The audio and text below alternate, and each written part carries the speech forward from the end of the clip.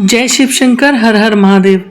प्रिय भक्तजनों, आज हम श्रावण मास का 5वां अध्याय सुनेंगे, जिसमें श्रावण मास में किए जाने वाले विभिन्न व्रत अनुष्ठान और रविवार व्रत वर्णन में सुकर्मा ध्वज की कथा।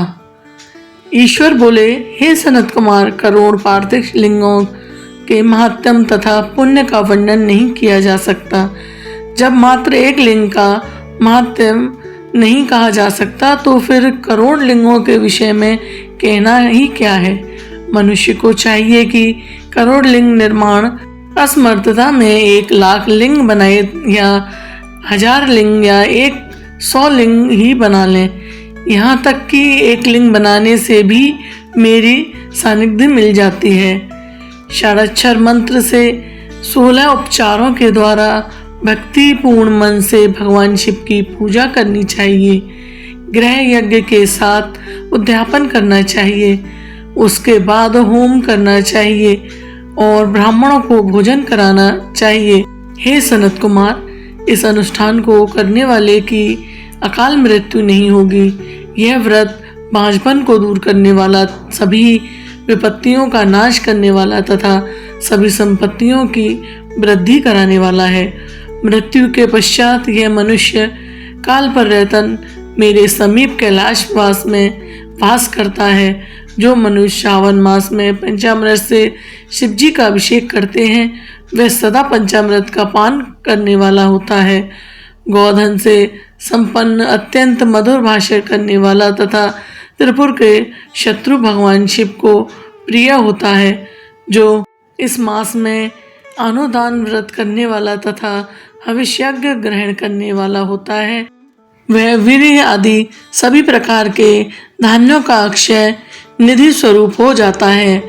पत्तल पर भोजन करने वाला श्रेष्ठ मनुष्य सुवर्ण पात्र में भोजन करने वाला तथा शाक को त्याग करने से शाककर्ता हो जाता है। सावन मास में केवल भूमि पर सोने वाला कैलाश में निवास प्राप्त करता है।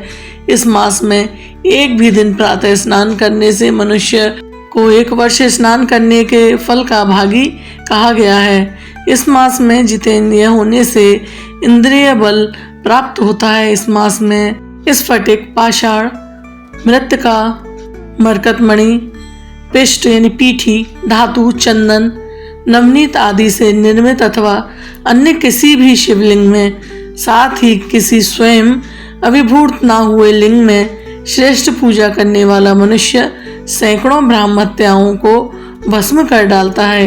किसी तीर्थ क्षेत्र में सूर्य ग्रहण या चंद्र ग्रहण के अवसर पर 1,00,000 जप से जो सिद्धि होती है, वह इस मास में एक बार के जप से ही हो जाती है।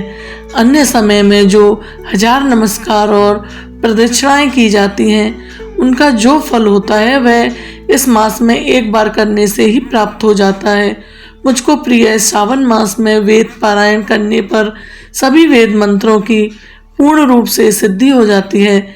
श्रद्धा युक्त होकर इस मास में 1000 बार पुरुष सूक्त का पाठ करना चाहिए, अथवा कलयुग में उसका 4 गुना पाठ करना चाहिए, अथवा वर्ण संख्या का 100 गुना पाठ करना चाहिए, अथवा वह करने से असमर्थ हो तो आलस्यहीन होकर मात्र 100 पाठ करने चाहिए। ऐसा करने वाला मनुष्य ब्रह्म हत्या आदि पापों से मुक्त हो जाता है, इसमें कोई संदेह नहीं है। गुणपत्नी के साथ संसर्गण्य पाप के लिए यही महान प्रायश्चित है। इसके समान पुण्यप्रद, पवित्र तथा पाप नाशक कुछ भी नहीं है। पुरुष सूक्त के जप के बिना इस मास में एक भी दिन व्यतीत नहीं करना चाहिए। जो मनुष्य इस फल को आशीर्वाद कहता है, वह नकारमी होता है। इस महीने में समिधा, चारू, तिल और घृत से गृह यज्ञ होम करना चाहिए। शिव के रूपों का भली भांति ध्यान आदि करके धूप, गंध, पुष्प, नैवेद्य आदि से पूजन करना चाहिए। 10 सहस्त्र होम करने चाहिए। व्याहतियों ओम भूर, ओम भोव, ओम स्वाहा के साथ तिलों के द्वारा भी यह गृह यज्ञ नामक होम किया जाता है। हे सनत कुमार, इसके बाद अब मैं वारों के व्रत का वर्णन करना चाहूँगा, वो आप ध्यान से सुनिए। हे अनक, उसमें सर्वप्रथम मैं आपको रविवार का व्रत बताऊंगा। इस संबंध में लोग एक प्राचीन इतिहास को कहते हैं। प्रतिष्ठानपुर में सुकर्मा नामक एक द्विज था। वह दरिद्र, कृपा तथा भिक्षा वृद्धि में लगा रहता था। एक बार वह धन मांगने के लिए घूमते घूमते नगर में गया। उसमें किसी एक गृहस्थ के घर में मिलाकर रविवार का उत्तम व्रत करती हुई स्त्रियों को देखा। तब उसे देखकर वे स्त्रियां परस्पर कहने लगीं कि इस पूजा विधि को शीघ्र पूर्वक छिपा लो। इस पर वह विप्र उन स्त्रियों से बोला, हे श्रेष्ठ स्त्रियों, आप लोग इस व्रत को क्यों छिपा रही हैं? समान चित्त वाले सज्जनों के लिए परमार्थ ही स्वार्थ है। मैं दरिद्र तथा दुखी हूँ। इस श्रेष्ठ व्रत को सुनकर मैं भी इसे करूँगा। अतः आप लोग इस व्रत का विधान और फल अवश्य मुझे बताएं।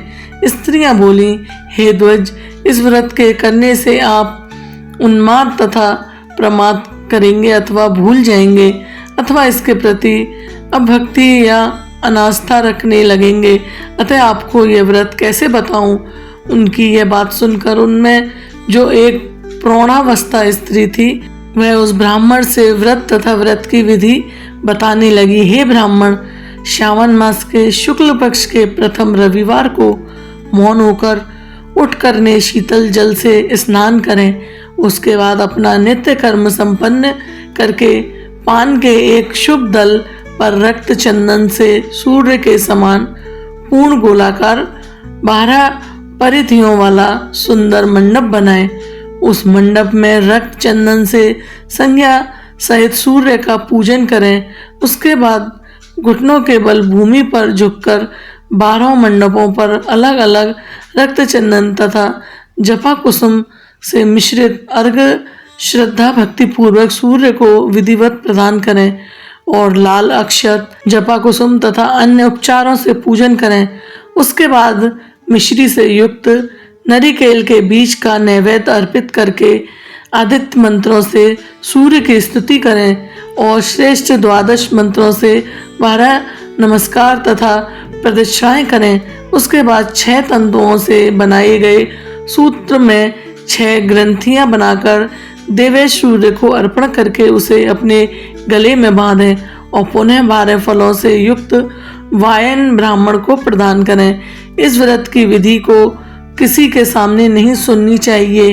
हे विप्र, नहीं कहनी चाहिए। इस विधि से व्रत के किए जाने पर धनहीन व्यक्ति धन प्राप्त करता है, पुत्रहीन पुत्र प्राप्त करता है, कौड़ी कौड़ से मुक्त हो जाता है, बंधन में पड़ा व्यक्ति बंधन से छूट जाता है, रोगी व्यक्ति रोग से मुक्त हो जाता है। हे विपेंद्र, अधिक कहने से क्या प्रयोजन है?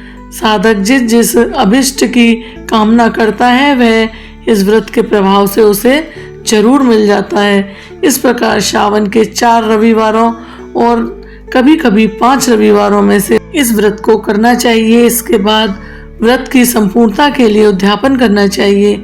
हे विपिन, आप भी इस प्रकार करें, इससे आपकी सभी कामनाओं की सिद्धि हो जाएगी।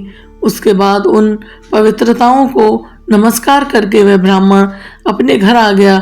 उसने जैसा सुना था उसी विधि से उस संपूर्ण व्रत को किया और अपनी दोनों पुत्रियों को भी वह विधि सुनाई। उस व्रत के सुनने मात्र से शिव जी के दर्शन से तथा उसके पूजन से प्रभाव से वे कन्याएं देव कन्याओं में सादृश्य हो गईं। उसी समय से उस ब्राह्मण के घर में लक्ष्मी ने प्रवेश किया और वह अनेक उपायों तथा निमित्तों से धनवान हो गया। किसी दिन उस नगर के राजा ने ब्राह्मण के घर से होकर राजमार्ग से जाते समय खिड़की में खड़ी उन दोनों सुंदर तथा अनुपमेय कन्याओं को देख लिया। तीनों लोकों में कमल, चंद्रमा आदि जो भी सुंदर वस्तु हैं उन्हें वे दोनों कन्याएं अपने शरीर के अवयवों से तिरस्कृत कर रही हैं। उन्हें देखकर राजा मोहित हो गए और क्षण भर के लिए वहीं खड़े हो गए। ब्राह्मण को शीघ्र बुलाकर उन्होंने दोनों कन्याओं को मांग लिया। तब उस ब्राह्मण ने भी हर्षित होकर दोनों कन्याएं राजा को प्रदान कर दी। उस राजा को पति रूप में प्राप्त करके वे कन्याएं भी प्रसन्न हो गईं। वे स्वयं इस व्रत को करने लगीं और पुत्र पौत्र आदि से संपन्न हो गईं।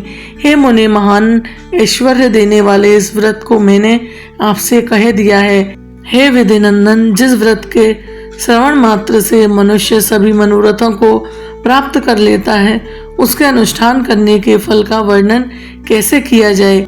इस प्रकार श्री स्कंद पुराण के अंतर्गत ईश्वर सनत कुमार संवाद में श्रावण मास महात्म में प्रकीर्णक नाना व्रत रविवार व्रत आदि कथन नामक 5वां अध्याय संपूर्ण हुआ।